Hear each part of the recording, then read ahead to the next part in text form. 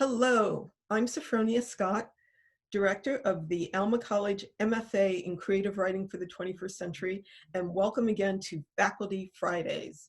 This is your chance to experience the amazing faculty that we have waiting for you here at Alma College.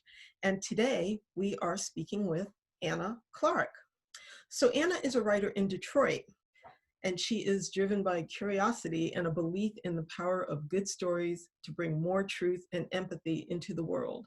She's the author of The Poisoned City, Flint's Water and the American Tragedy, named one of the year's best books by the Washington Post, the San Francisco Chronicle, Kirkus, the New York Public Library, Audible, and others. It won the Hillman Prize for Book Journalism, the Rachel Carson Environment Book Award, the Gross Award for Literature, and it was a finalist for the Helen Bernstein Award for Excellence in Book Journalism. Anna's writing has appeared in Elle, the New York Times, the Washington Post, Politico, the New Republic, the Columbia Journalism Review, City Lab, and other publications. Anna graduated from Warren Wilson College's MFA program for writers. Thanks for joining us today, Anna. I am so glad to be here. Thanks for doing this. So I just mentioned that you earned your MFA from Warren Wilson. Now, I know that getting an MFA is a pretty big decision. So I'm just wondering, what did getting your MFA mean for you? Well, it was life-changing. I started my MFA program about 6 months after graduating from my undergraduate program, and it was the only one I applied to. I think I knew intuitively where I belonged. Most significantly, of course, it made me a better writer. I always loved writing. I knew it was what I wanted to do with my life, but I think I had kind of maybe coasted a little bit on having some natural facility with language and pretty sentences and all that. And what the program gave me was a chance to dig much deeper and to think about structure and narrative voice and what it takes to write something of substance. It also made me a better reader, certainly by introducing just an unbelievable array of writers of fiction and poetry and nonfiction, writers from all over the world throughout history, which was, of course, imaginatively very exciting, and also gave me an opportunity to learn how to articulate how things worked, right? To be able to read in a way where I could understand how and why a certain effect was being created by the writer, why it was affecting me or wasn't, why it didn't work. Of course, all this, helped me with my writing as well and made my reading more exciting.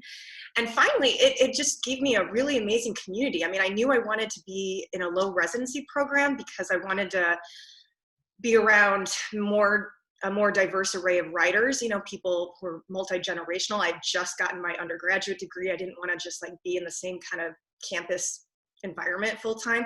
And I also wanted to learn how to be a writer in my real life, not just when I'm, sort of in a cocoon in a way, though that's beautiful too. But I thought I was going to sacrifice the community aspect. I thought that would be the thing I would lose by doing it. And in fact, it wasn't. It was incredibly wonderful to connect with so many amazing, talented, exciting people who to this day, more than a decade later, are still part of my life, so yeah, it was a good bet. I have no regrets. I'm glad you mentioned when you started your MFA, because so many of the students who do come to low residency programs are older students who've been working, writing, doing other things already for several years. So it's good to know that students can come sooner, right out of their undergrad, and that it can work for them still. So yeah, it was great for me because I knew, I was graduating regular college, and there was a lot I wanted to do with my life, and this gave me a way to do multiple things. I moved to Boston. I was living and working in a kind of intentional community there, and also I was having a chance to work on my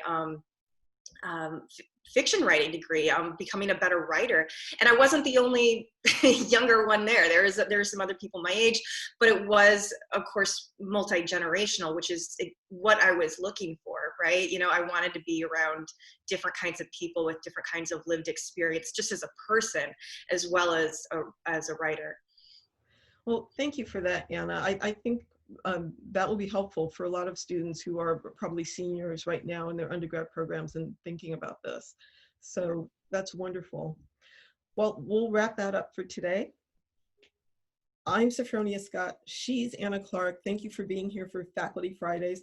If you want to know more about the Alma College MFA in Creative Writing, just visit our website, alma.edu/MFA. Thanks.